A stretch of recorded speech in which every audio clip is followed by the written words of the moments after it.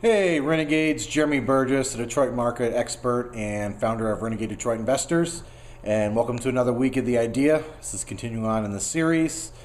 So far we've gone over, neighborhood criteria, selecting neighborhoods, driving neighborhoods, and last week we went over, establishing values and comps and figuring out what stuff's selling for cash, what stuff's selling for finance, and days on market and finding that in that sweet spot. Once you have all that information, now it's time for you to get out in the field.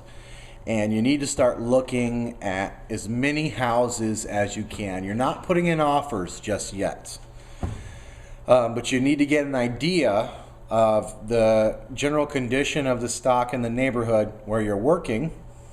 And better yet, if you can get a general contractor or a couple general contractors, and yes, you may have to pay them to do this, to come with you, you really need to start getting an idea of the kind of repairs you need to make to a house. And then there's several different kinds of repairs. There tends to be two exit strategies on repairs. One is you do certain repairs if it's a rental, and others you do certain repairs if you're going to flip it to a home buyer, right? And the only way you're going to figure that out when you don't know what you're doing in the beginning is you got to go see what other people are doing. You need to look at some houses that are finished and for sale. You need to look at some houses that aren't and establish, okay, what do I have to do if I want to go rental and cash flow? And what do I have to do if I want to flip? And you need to figure out those numbers. And really, this is the best way to learn it is in the field.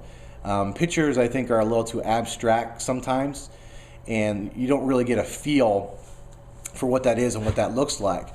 When you're out with a field with a general contractor or two, and you go, okay, this is what this house looks like. What's it going to cost me to bring it up to this rental level that we saw at these other 10 houses? And a great question is, what's it going to take to bring it up to a flip level?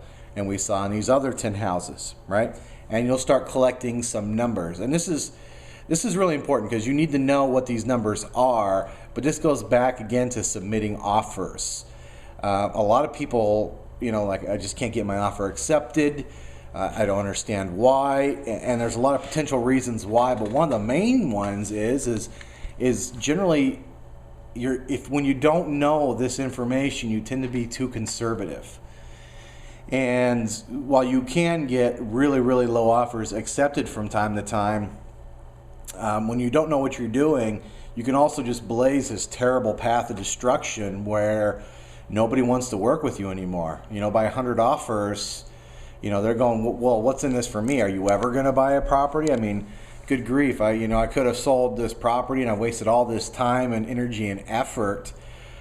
You really need to know this stuff. First of all, if you are going to rehab it, you don't want to be surprised. But also you need to know this information so you know where your offer needs to be competitive, to make the kind of money you want to make, of course, but also to get some offers accepted. Now, the goal isn't to get all offers accepted or you're doing it wrong, because that definitely means you're overpaying if you get all your offers over accepted. What's a good number for getting offers accepted? That varies. It really does. I would say if you're looking at the right houses and you're doing it right, somewhere between 1 and 15 to 1 and 25. Put in offers on 15 to 25 houses, get one accepted, and you're going to get a lot of close calls. There are a lot of people who are willing to do stuff for less, and I recommend that not be you, because you become a commodity really quick.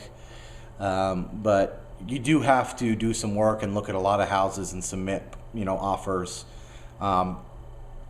to get offers accepted, but you need to know this information. This is going to take probably a couple weeks for you to do, because when you're looking at houses, you need to look at some stuff before rehab, and you need to look at some stuff after rehab, especially the after rehab stuff, as much as you can.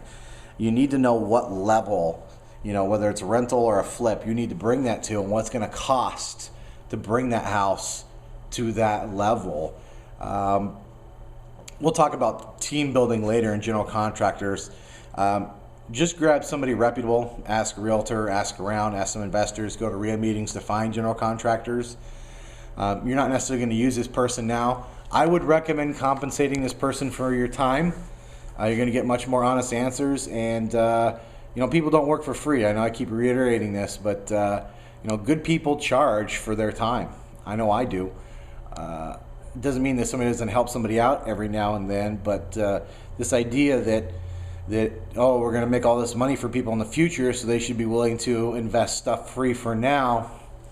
They hear that a lot. So I definitely don't recommend doing that. But really go out and get these numbers, really nail them down, and start getting an idea on the level of rehab and what it's going to cost for your particular exit strategy in your area. That's really important information. So that's what you need to do right now. This is week 9. Obviously, I'm still going to do week 10 next week. This might take you a couple weeks to do, especially if you've never done it before. I remember I was incredibly overwhelmed. Like, oh my God, what's carpet cost? What's all? You know what? Forget about it. Just get out there and start looking. Take somebody with you and start figuring out what's going to cost to do this stuff. And that's really the best way. Really, the best way to do it. Yeah, that's it. Thanks. Really appreciate it. I hope you guys are enjoying this as much as I am. I'm really enjoying watching everybody else's, Todd, Dennis, Kelly, and Jesse. Really, really enjoy watching their stuff. Hope you're enjoying it as much as I am. I really appreciate your attention, and I will catch you guys next week. Once again, this is Jeremy Burgess, the Detroit market expert and founder of Renegade Detroit Investors. See you, Renegades.